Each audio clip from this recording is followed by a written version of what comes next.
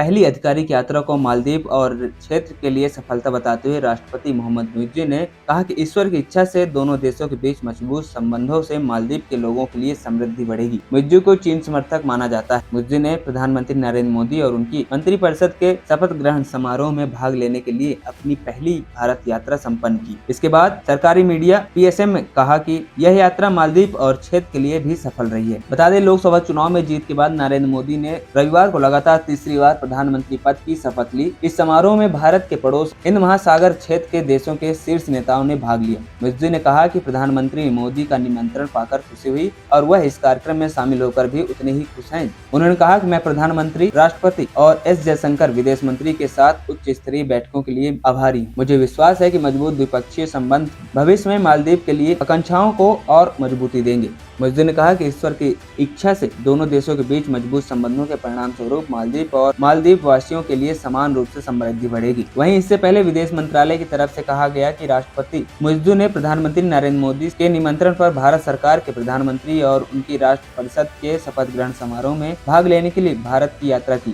कहा गया कि यात्रा के दौरान राष्ट्रपति मुइज़्ज़ी ने भारत की राष्ट्रपति महामहिम द्रौपदी मुर्मू द्वारा गणमान्य अतिथियों के सम्मान में आयोजित भोग भी किया। उन्होंने बयान में कहा कि दोनों राष्ट्रपतियों ने बैठक भी की, जिसमें उन्होंने मालदीव और भारत के बीच द्विपक्षीय सहयोग को मजबूत करने की चर्चा की। इसमें कहा गया कि मुर्मू ने मालदीव की नई सरकार और लोगों को शुभकामनाएं दी। बयान में कहा गया कि उन्होंने विश्वास व्यक्त किया है कि मुइज़्ज़ी के नेतृत्व में द्वीप राष्ट्र समृद्धि और विकास के पथ पर आगे बढ़ेगा। वहीं नई दिल्ली स्थित राष्ट्रपति सचिवालय की ओर से जारी एक बयान में कहा गया कि मुर्मू ने उम्मीद जताई है कि आने वाले वर्षों में भारत मालदीव के संबंध मजबूत होंगे। ANP टाइम्स की रिपोर्ट।